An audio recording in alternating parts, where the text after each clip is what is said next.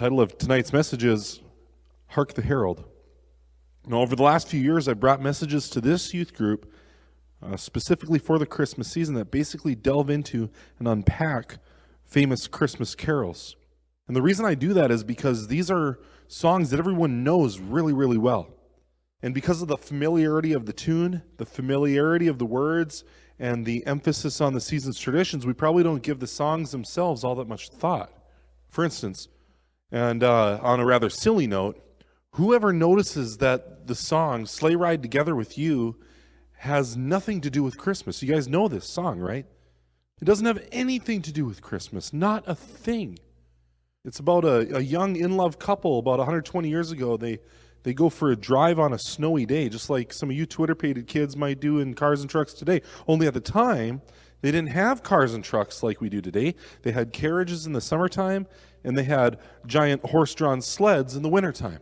So in this so-called Christmas song, these two hitch up their sleigh to a horse, and as they enjoy each other's company, they decide to crash Farmer Gray's birthday party. That's what it says in the song, so that they can get out of the frozen outdoors. They're admiring each other's frozen cheeks, and they're cozy in their blanket and stuff, and their cheeks are red from the cold. So they decide that they can get out of the frozen outdoors and bask in all the cozy furnishings while they freeload on all the splendid snacks provided there at Farmer Gray's birthday party. Christmas has nothing to do with anything sung in this song, but nobody notices. Nobody cares. As far as we're all concerned, Sleigh Ride Together With You is a quintessential Christmas song. And not that there's anything wrong with the song Sleigh Ride, there's not, but it's not a Christmas song. It's nothing of the sort. It's devoid of any actual meaning or merit. There is no reference to anything eternally relevant, nor does it call us into any sort of self-examination of our fallen and sinful condition like real Christmas songs do. Songs like O Holy Night, we sing, long lay the world in sin and error pining. Or in Joy to the World, where we sing, no more let sin and sorrows grow. But Sleigh Ride, evidently, is a Christmas song nonetheless. And we'll all probably go on for years and years thinking of it as a Christmas song. All because I fear we've closed our hearts and we've closed our minds to the actual meaning of Christmas as a result of some sort of neglectful and possibly even contemptful sentiment. Think about it.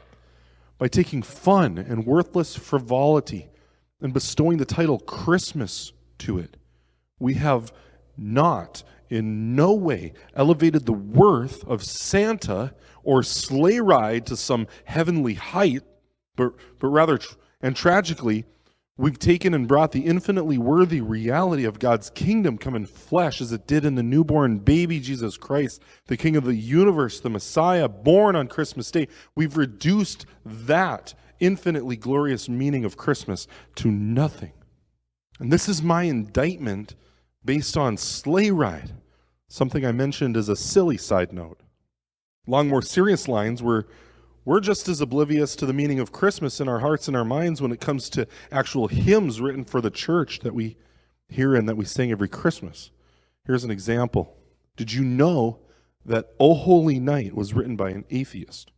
Now, maybe you did know that because we focused on O Holy Night a couple of years ago in youth group. Likewise, as a Christian culture, as Christians at Christmas time or whenever, do we pay any attention to the fact that Joy to the World is not a Christmas song? We sing it every Christmas. In fact, we only sing that song at Christmas, but it's not a Christmas song. It's not even close to being a Christmas song. Joy to the World is a song that paraphrases Psalm 98. And Psalm 98 tells of the great day of the Lord at the end of all things when Christ will come in judgment and destroy all the evil in this world. And God's people respond with all nature, joyfully singing praise to God even now, at the promise of God's vindication of his great name on that great and terrible day. When we're extra super familiar with songs like Sleigh Ride, with O Holy Night and Joy to the World, whether they're meant to be important, whether they're meant to be worshipful or just festive and fun, we tend to totally neglect their meaning altogether. This Advent, we're going to look at Hark the Herald Angels Sing, Glory to the Newborn King. And we do exactly the same thing with this song, with Hark the Herald Angels Sing. Let me prove it. What do we call this song? What do we call it? We call it Hark the Herald. And honestly, that's not a bad name for the song. Hark means listen, listen to. Listen to the herald. That's awesome. But that's not exactly the name of the song. In fact, making the herald the subject of the title this way leads me to believe that we shorten the title to Hark the Herald out of neglectful familiarity and not because of affectionate recognition of its meaning. Rob, you're just totally overthinking. Well, I disagree. It's not that it's a big deal. This isn't a big deal, except that we've shortened the title to Hark the Herald out of neglect of a proclamation that we're supposed to be enraptured by. In our callousness, we're therefore neglecting the proclamation of a truth that we're supposed to be excited by, that we're supposed to be forever changed and forever increasingly blessed because of. Instead of finding the incredible biblical words of the song taking root into our hearts, we've been letting it bounce off the side of our heads like they don't even really matter. Like it makes no difference if a Christmas song is about God's redemptive purpose or about a reindeer. It doesn't matter. Perhaps our inattention to Christmas songs tend to prove that whatever Christmas is about to me has nothing to do with the words of this song or any other song that we sing for that matter. So let's fix this, right? Let's fix it. Let's start with Hark the Herald. You can keep calling it that. You can keep calling it Hark the Herald for short, just like we always do, but let's get something straight. The herald that we sing about, that we've seemed to make the subject of the title, is not the subject of the song. In fact, the word herald in the song isn't a noun at all, but it's an adjective. The noun in the title is angels. So don't fool yourself as if the climax of the entire Christmas story is that angels came. That's nowhere near the biggest deal here. What kind of angels are they? They're herald angels. Listen to the herald angels. And that would be a fine title too, if the herald angels were the subject, but they're not. In fact, the song is called Hark the Herald Angels Sing. This is a sentence fragment taken from the first line of the song, which, when finished, gives us the subject matter, and it gives us the meaning of this great hymn. Hark the herald angels sing. Glory to the newborn King. It might just seem like I went off ranting about a bunch of nothing. You just totally overthought that. But how often do we, and how often does the world around us mean glory to the newborn baby, Jesus Christ? And how often do we recognize the significance of his coming when we include this song in our Christmas playlist? Maybe we do, and maybe we don't.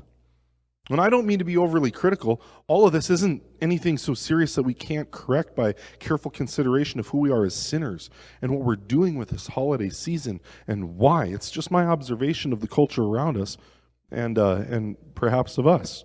And there's an old saying, familiarity breeds contempt. Now, I'm not saying that any one of us hates the nativity scene because it shows up every Christmas, or that any one of us hates the song Hark the Herald because of how often we hear it, but along similar lines, we tend to care less and less about the Christmas message each year that we sing about it. And so, these are my reasons, guys. These are my reasons for wanting to refresh these great songs for us, to herald the reality of this holiday season myself, to remind us, to proclaim to us, maybe for the first time in your life, to bring Christmas itself to the attention of our hearts so that we can experience the joy that Christmas is meant to bring, so that we can celebrate it rightly. The song Hark the Herald contains the ingredients that can do exactly that, as long as we have ears to hear. And that's all I'm going to say about it tonight. These messages in this series are going to be sort of short, I think. Regardless, my prayer for this series and for this Christmas season is that in the celebration of his birth and in the songs that we sing about him, that Jesus Christ would be revealed in your heart and in your world, in the reality of your life, not as a legend, not as a heartwarming Christmas story, but as a Savior and as a King. My hope is that you'll come to see the disparaging gravity of your offensiveness to God because of sin, and in repentant humility, you'll come to trust him and obey Christ, who loved you and gave himself for you. And that this Christmas, through his gospel and by the blood of his cross, Jesus Christ would give you the peaceful sense that in him, as he lives in you, God himself is with you.